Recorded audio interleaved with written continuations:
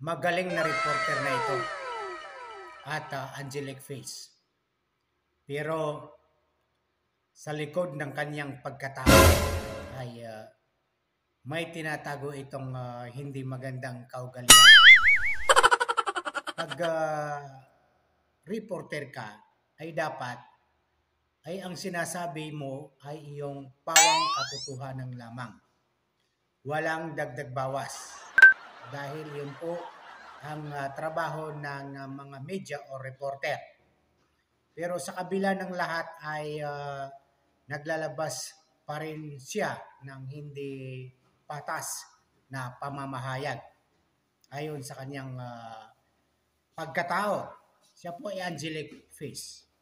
So nabas siya ngayon ng mga pro Duterte dahil sa pinaggagawa niya.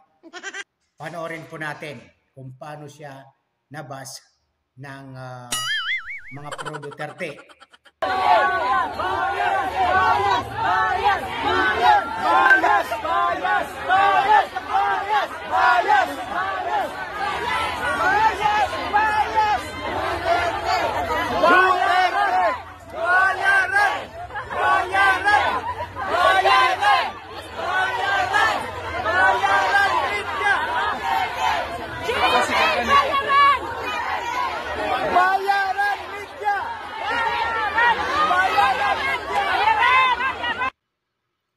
Ito, isa pa, tinawag na matanda si Sher Medialdia.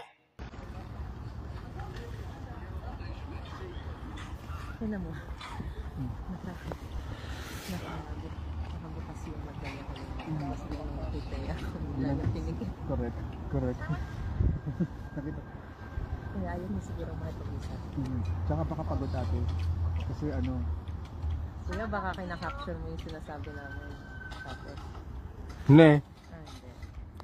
Ate, sorry, nakalive ako. Ako po ay pakarin yung mamaya lang dito.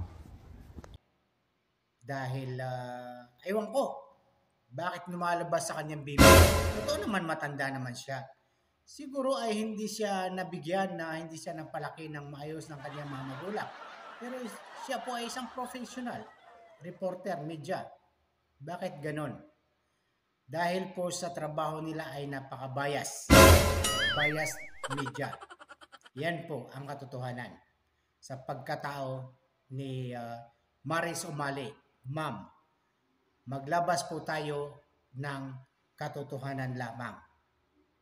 Yan po ang maipapayo ko sa iyo.